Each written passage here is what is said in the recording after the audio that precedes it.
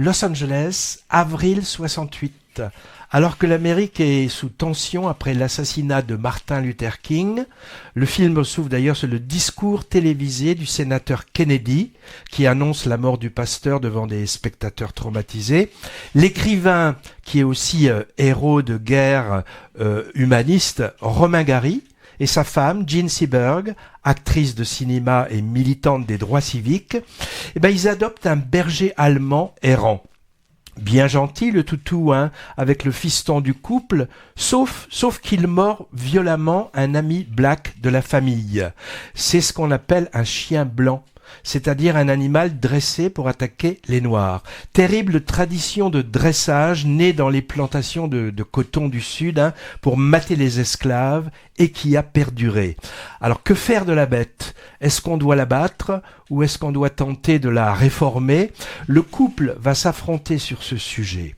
Romain Gary a tiré un roman de cette histoire personnelle vécue, publié en 1970, et le film en est l'adaptation. Alors en plus de son propos autobiographique et historique que j'ai trouvé assez puissant, une des forces du film, c'est la qualité du filmage. On a des images vraiment superbes, avec des plans souvent originaux à la géométrie très travaillée, beaucoup par exemple de jeux de miroirs et des variations subtiles, je trouve, sur la profondeur de champ, et quelques scènes de poursuite terribles au ralenti, comme subliminales, parce qu'elles font pas vraiment partie du récit, et elles sont elliptiques, l'horreur étant suggérée, pas forcément montrée frontalement. Et il y a un effet de contraste avec ça, avec les images d'archives qui émaillent le film et qui, elles, sont assez graphiques. C'est une mode dans les films contemporains, pour accentuer le propos et comme pour asséner au spectateur. Voyez, ce que je vous montre a réellement existé. Bon, d'habitude, moi, ça me dérange un peu, mais là, j'ai marché, j'ai trouvé que c'était fait plutôt efficacement, et ce qu'on y voit est évidemment terrible, entre images de ségrégation, lynchage, manifestations durement réprimées et défilé du Ku Klux Klan. Tout ça nous replace fortement dans le contexte de l'époque.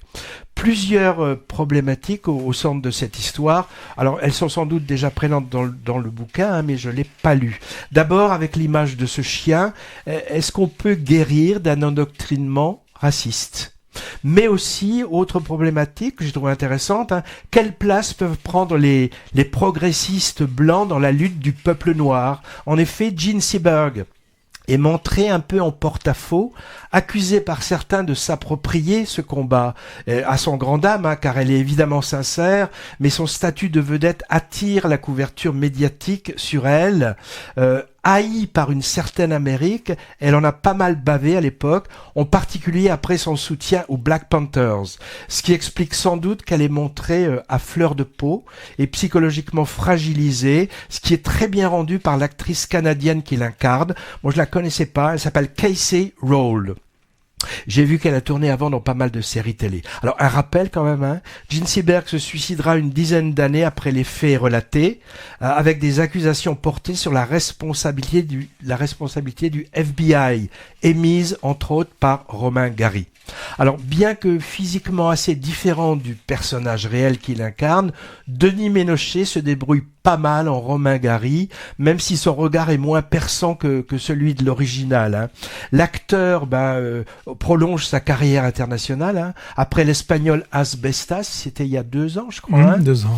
Oui. Il avait d'ailleurs commencé fort son parcours international avec son petit rôle dans Inglourious Bastard de Tarantino. Moi, je l'ai découvert là, en paysan cachant des juifs dans sa cave.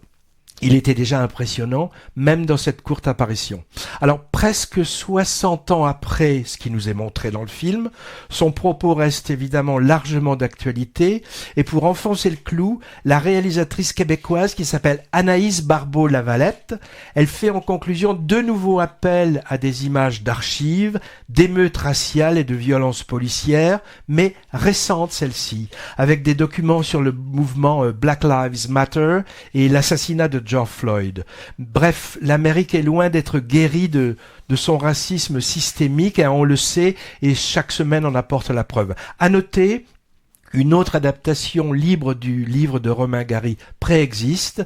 Elle date de 82 et s'intitule en français « Dressé pour tuer », alors qu'en anglais, c'était déjà tout simplement « White Dog ». Je pense pas l'avoir vu, je ne suis pas sûr, mais comme c'est de Samuel Fuller qui l'a réalisé, je me doute que ça doit être assez violent. Tu as un souvenir de se dresser pour tuer ? J'ai souvenir de ce film, mais je ne l'ai pas vu, enfin de l'existence de ce film. Avec un chien Oui. montre ses crocs. Bon, alors voilà pour Chien blanc, mélangeant les langues françaises et américaines, et qui, outre son propos politique, est aussi une exploration du couple Gary-Seberg, alors au sommet de leur gloire respective.